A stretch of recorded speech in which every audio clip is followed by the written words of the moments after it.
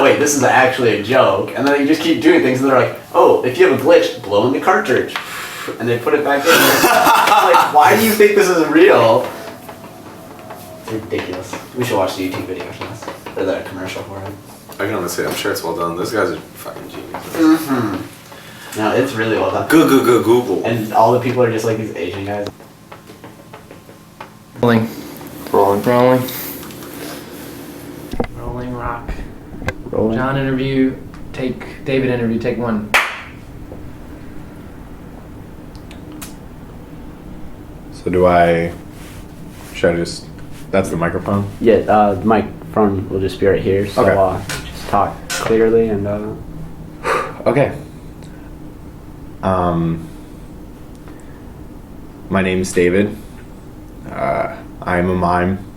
I've been a mime for as long as I can remember, since I was born. And recently I decided that I needed a change. I'm no longer identifying with the exaggeration of other people's actions, other people's ideas. I want to go out and have my own ideas, and my own actions, touch my own things. My parents don't really approve. Not that I expected them to. My father is a bit of a purist when it comes to the whole miming thing. And my stepmom is fine. She's a fine woman. She doesn't talk much. So she doesn't really have much to say on the matter. Me and my sister grew up really enjoying the whole mime thing. When you grow up, you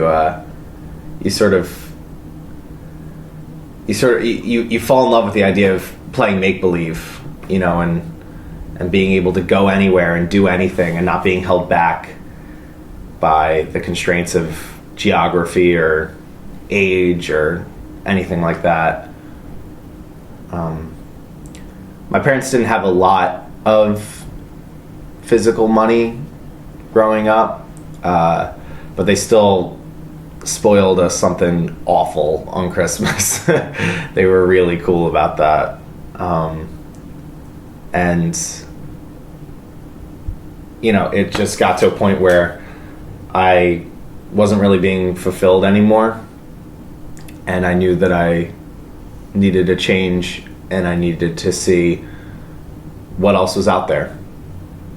And that's why I decided to do this.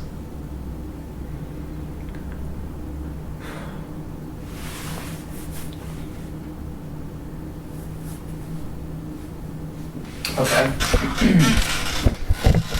Okay, rolling. So how far? Speeds. David interview, take 2.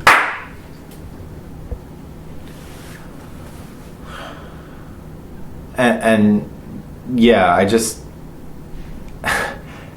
it actually feels like I've been trapped inside this box my entire life that I can't get out of. I've been told that prisoners wear stripes when they go to jail, and I found that really fascinating, because I sort of feel like I've been a prisoner of my own imagination, so to speak. And I'm just ready to see what it's like to be a real person, to finally touch things. I'm excited at how much I'm talking. It's like, it feels like a high or just this rush of adrenaline, like learning new words. And every night before I go to bed, I just want to read out loud and all kinds of things like that. But I don't have any books, and I don't actually know how to read yet. But I know that if I knew, that I would, because that's part of what being a real person's all about, right? What the hell was that?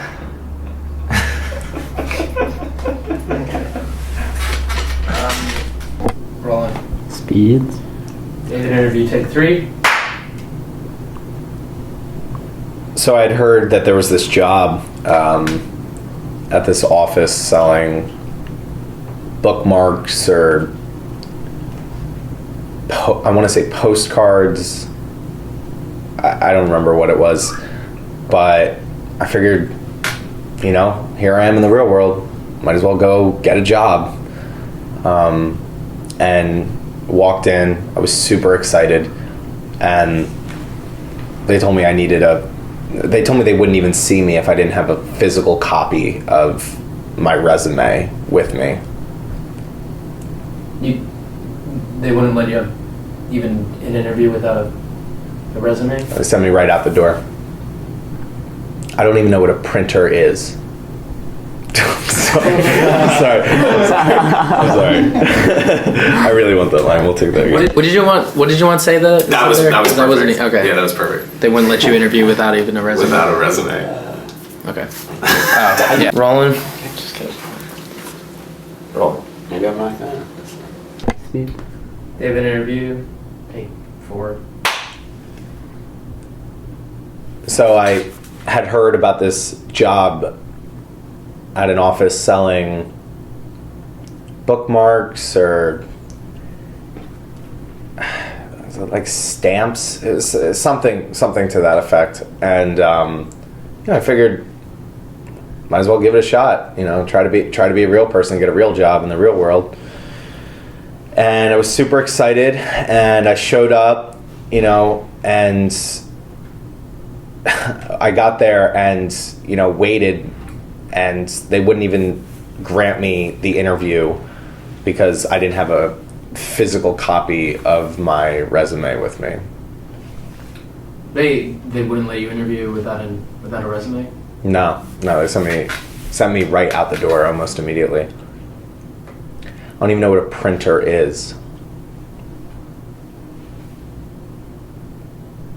So at that point I figured, I was kind of bummed about the whole working thing. Thought I'd take a break and start living, seeing what that was like. I saw the ocean for the first time. That was nice. Tried fishing. It seems that people who had actual rods were doing a lot better than I was, which is stupid because I've read that bears don't need rods to catch fish. So I think it has more to do with me than anything. And the entire time that I was there, I was incredibly overwhelmed by the vastness of the ocean, just the epic scale of all of those things, and knowing how, seeing a real ocean. I mean, I swam the Indian Ocean when I was younger, but it was in my backyard. It wasn't, it wasn't the real thing. And I was really excited. And then the closer I got to the water, I realized I don't know how to swim. I don't know how to do much of anything. I've touched maybe 40 things in my life total. I have very soft, weak hands.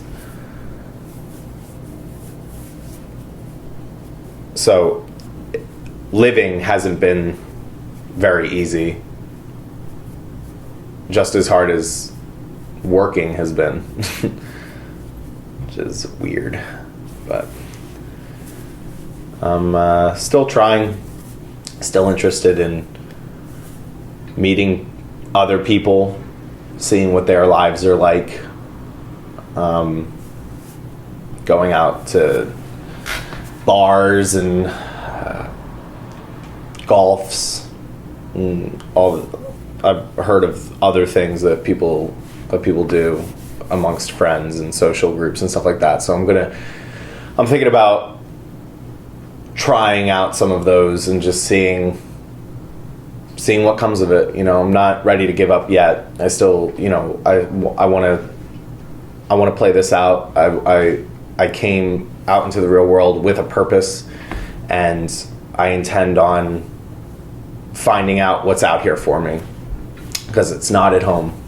I know that much. So I have hit a few road bumps, but you know, that's nothing that a strong mind can't handle.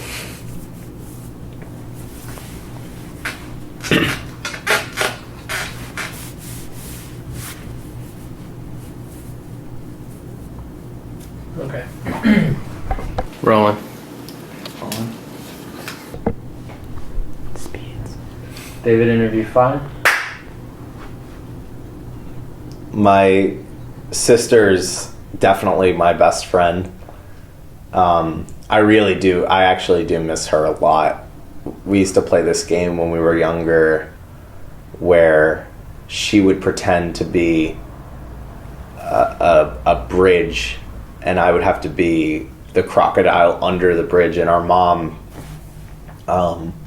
she would always pretend to be like a knight riding a horse and stuff like that. And sometimes my dad would play the horse. It was so funny. It was really, really funny. But that was our favorite game to play all the time. And when Mom died, we still liked Dad never wanted to be the horse anymore. So we tried just doing it with the two of us, just being a bridge and a crocodile. But it sort of just looked like I was squirming under her lifeless body. Used to scare the crap out of my cousins. What?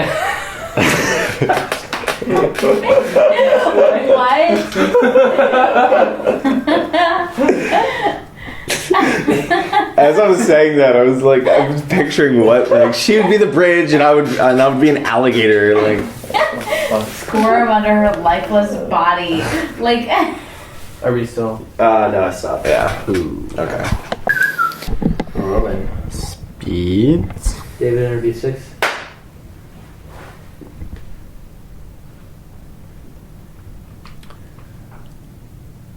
My mom passed away. It was probably like 6 years ago, 7 years ago. And she was so funny. She never acted, she was so good at never playing stuff too big. That was the one thing that I really liked about her. She could, I swear, I saw her, not have seen her, but I saw her when I was younger climb Mount Everest with her eyes. I'm actually not even joking. She was so good at just conveying whatever it was she was trying to see or feel or show, you know, without overdoing it. You know, my stepmom's she's a lovely woman. She's fine, but she's just a little big, and that has nothing to do with her physical appearance. Although we all know that horizontal stripes don't help. But you know, she plays things a little bit. But my dad seems to like that, and she sort of brought that to the family. My sister, sometimes she does things now that I'm like, you never used to, you know, like when we were younger, you never used to, you know, make like, oh, you know, like it was, I don't know, it just felt, it was more natural, seemed more natural when Mom was around. And now everyone's, you know, we're not clowns, you know, like I can't stress that enough. We're not clowns, we're mimes, you know, and this is an art and this is a way of life. And Did they support you not being a mime? No, they don't. They don't support me wanting to be myself. They don't support me wanting to play things small, play things real. I don't want to entertain anymore. I don't want an audience. I want to be able to be alone, and I want my movements to be my own. And, you know, when I cry, like, you know, I don't want it to, you know, I'm not gonna like, you know, like, real tears. I haven't cried yet. I don't know what, I don't know what that's like, but, you know, I assume it's less goofy than, you know, rubbing your hands on your cheeks and you know, smiling. You know, like when you're happy, you don't necessarily have to smile like an idiot. You know, you can just be happy. You can smile in your head. You can be happy in your own mind, and not everyone has to see it. You don't have to put yourself out there for everyone. You can just live life for yourself, which is funny because I sort of am putting myself out there for everyone. But that's sort of what we all do. It just depends on whether or not it's for the rest of the world or whether or not it's for ourselves. I like to think it's for myself. And I guess I just hope the rest of the world sees that as well. Have you guys tried wasabi peas? Yeah, they're actually pretty good. They're crazy. Amazing. Really cool.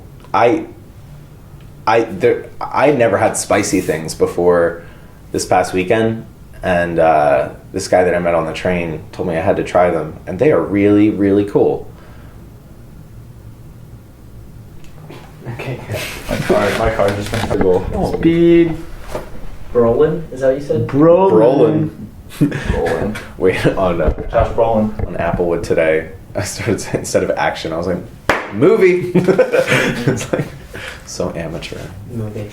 And movie. All right, rolling. John, David, interview take. Oh fuck. 7, I think. 7.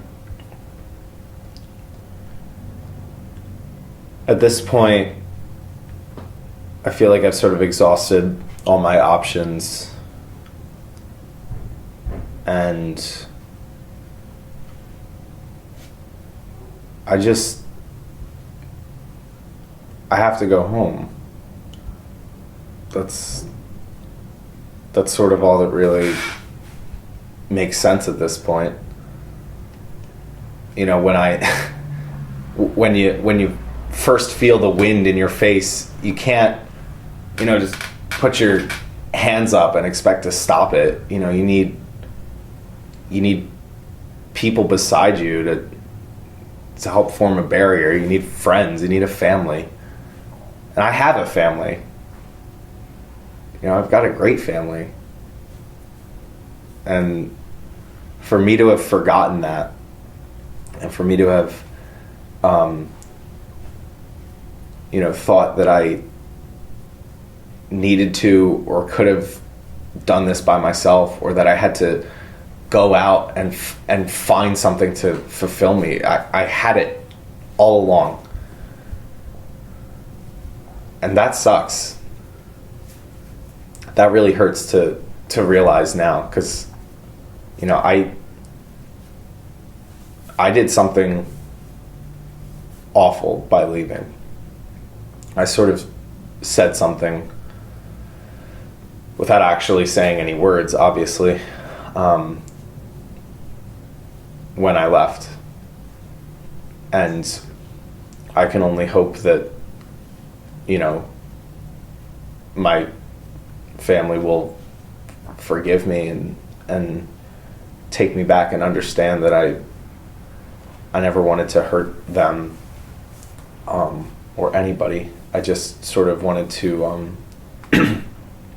I kind of just wanted to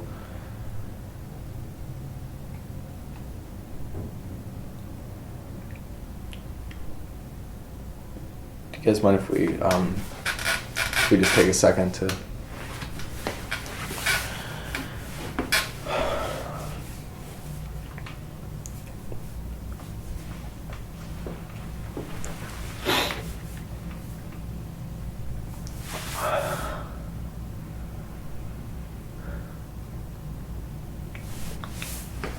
So I'm packing my things up, and Not that there's much of them. Gloves and and you know, I'm gonna go home.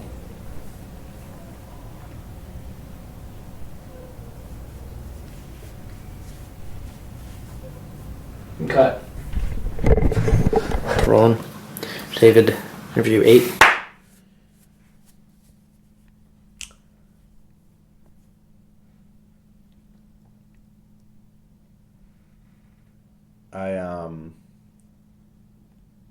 So I figured that I, might as well try working, getting a real job in the real world, like real people do. And found this job, working at a office, and I think they sold, it had something to do with, it was either postcards or like miniature sailboats. I don't know. It was whatever it was. It didn't matter, because it was a job. And I went in and I was super excited. I was ready to, work hard, and they wouldn't even let me have an interview without a physical copy of my resume. They wouldn't even interview you without a resume? No. Sent me right out the door. And I don't even know what a printer is, let alone how to make one or whatever you do with one. I've been experimenting with taking my gloves off.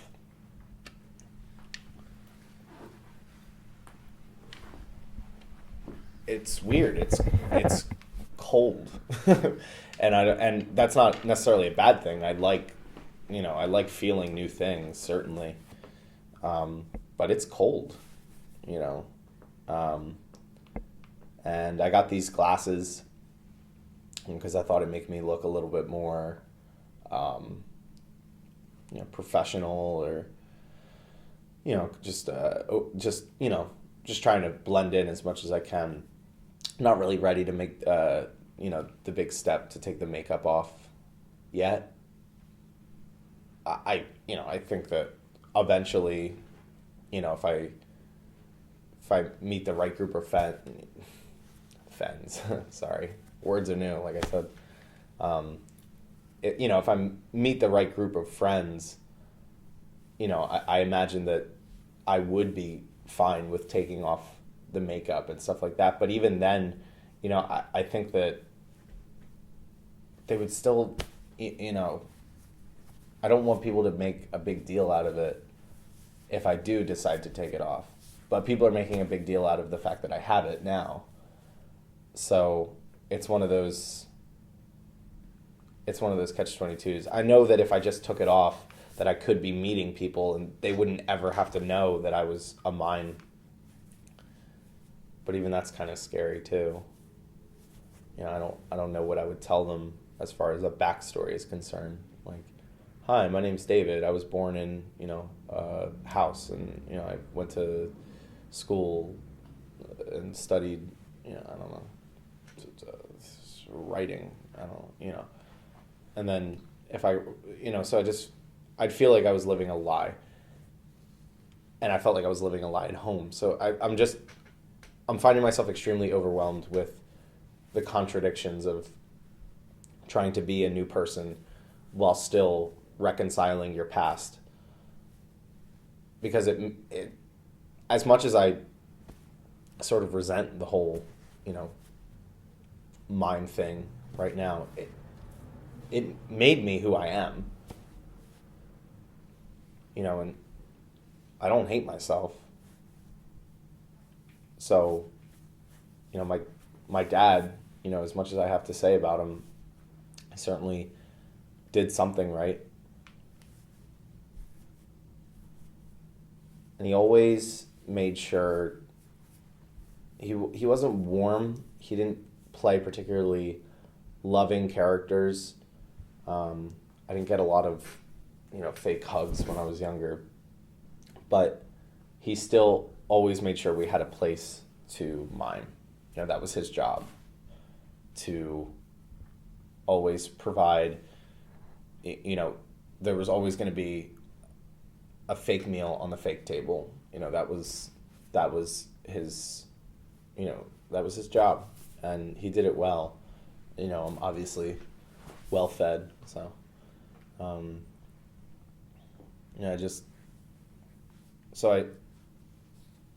I don't miss my home really that much, but I'm just ready to move on, just grow up. I'm ready to grow up.